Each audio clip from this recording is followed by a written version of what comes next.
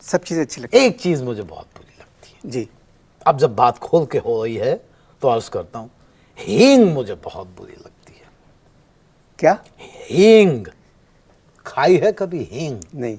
हींग बहुत बुरी लगती है। वहाँ पर भारत में हींग के बगैर असेंबली का इजलास भी मुकम्मल नहीं होता। मेरे एक पड़ोसी हैं, क्रिश्चियन हैं, मिस्टर पिंटो। उनको किसी ने क्रिसमस के टाइम पर हींग का केक दे दिया, एक टुकड़ा बेचारे खा गए, और वो टुकड़ा खाने के बाद वो सिर्फ ओ जीसस करते रहे। मैंने वहीं पे हींग पे एक नज़म कह डाली। आपसे गुफ्तगू जारी है, जी। मुलाकात करते हैं किससे? हींग के बाद। आप कुछ मैं हींग। समझा नहीं। मुलाकात करते हैं हींग के बाद? ये गुफ्तगू में बीच में इस तरह का टुकड़ा चेमा नहीं डाला था। नहीं, बीच में इश्तहार आते हैं। अच्छा, तो इश्तिहार। इसके लिए वक्फा देना पड़ता है। बहुत शुक्रिया। तो अगर आप कहें तो मैं आपको हींग पे एक वो सुना दूं जो मैंने मिस्टर पिंटो की वजह से मैंने लिखी थी। हींग पर लिखी जी है। हाँ। ताकत है तुम दिखलाओ, जी। ताकत है तुम दिखलाओ, इज्जत है तुम बदलाओ, इज्जत है तुम बदलाओ। बतलाओ। अच्छा। यानी थॉट देखिए आप, ताकत है तुम दिखलाओ, इज्जत है तुम बदलाओ, मगर छुपा कर रखो हींग, मगर छुपा कर रखो हींग। अच्छा। अच्छी खासी साड़ी पहने, बिंदिया लगाए, कजरा डाले, हाथ में कंगन, पाँव में मेहंदी, खाकर आई दाल में हींग। ताकत है तुम दिखलाओ, इज्जत है तुम बदलाओ। जरा दोबारा इरशाद हो। अच्छी साड़ी। अच्छी खासी साड़ी पहने, बिंदिया लगाए, कजरा डाले, हाथ में कंगन, पाँव में मेहंदी, खाकर आई दाल में हींग। अब ये ताकत है तुम दिखलाओ, इज्जत है तुम बदलाओ, मगर छुपा कर रखो हींग। अब ये सुन हासिल गजल है, सुनने वाली चीज है, नज्म है ये। हाँ हासिल नज्म है। कू बकू फैल गई हींग शनाशाई की। ये आपका लिखा हुआ है। जी। कू बकू फैल गई हींग शनाशाई की, उसने तड़के की तरह मेरी पजीराई की।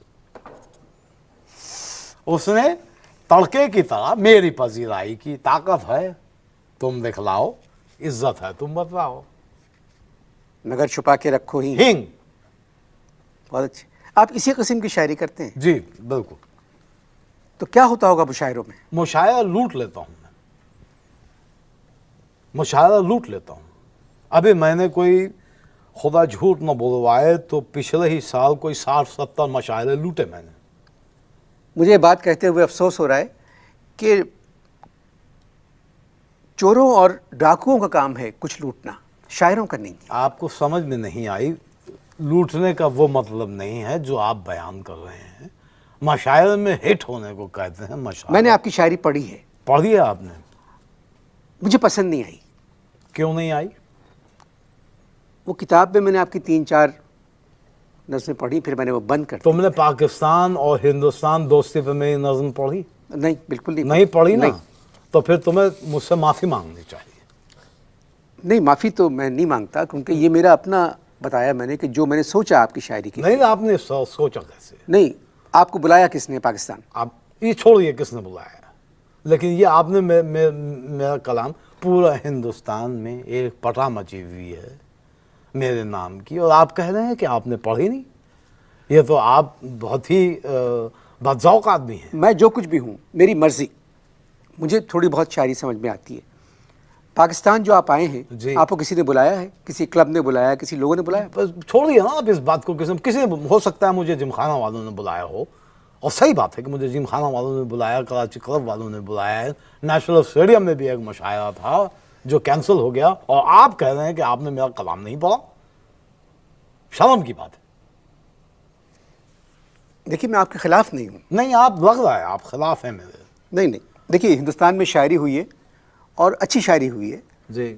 और जो नाम आते हैं, मिसाल के तौर पे शायरों के नाम बताएं। जी, मजनू सुल्तानपुरी, बिल्कुल, अख्तर अलीबान, जानिसार अख्तर, सही है, कैफी आजमी, अली सरदार जाफरी, माफ़ कीजिएगा, अली सरदार जाफरी, कोई बात नहीं, और फिर उनसे पहले मजाज, फिराक। अब मैं आपसे एक सवाल करता हूँ, क्या ये सब जिंदा हैं? इससे कुछ नहीं होता है। जिंदा हैं या नहीं? नहीं। शायर को जिंदा होना चाहिए, जैसे मैं हूँ। ये सारे शायर मर गए हैं, मैं जिंदा हूँ, शायर को जिंदा होना चाहिए।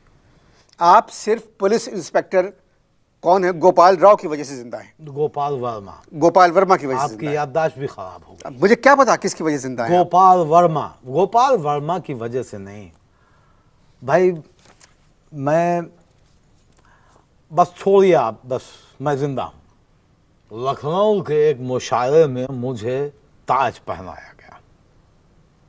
कैसा ताज? ताज ताज होता है। क्यों पहनाया गया? बस मेरी अदबी खिदमत पर पहनाया गया, मुझे ताज पहनाया गया। मगर किस चीज का ताज था वो? ताज लोहे का था, इसलिए कि उस जमाने में हिंदुस्तान में मेरी शायरी का लोहा माना जाता था। तो उन्होंने लोहे का ताज पहना दिया। लोहे का ताज। बहुत भारी होगा। 12 शेर का था। हाँ, 12 शेर का था, और मेरे सर के साइज से थोड़ा सा बड़ा बना दिया था उन्होंने। तो क्या हुआ कि जब वो पहनाया तो गर्दन पे जाकर टिका। 15 मिनट तो मैंने बर्दाश्त किया। मतलब मुंह बंद आपका? बिल्कुल, मुंह के आगे लोहा आ गया। 15 मिनट मैंने गर्दन पे बर्दाश्त किया, और 15 मिनट बाद मुझे एक आवाज़ आई अपनी गर्दन से, हड्डी टूटने की, चट।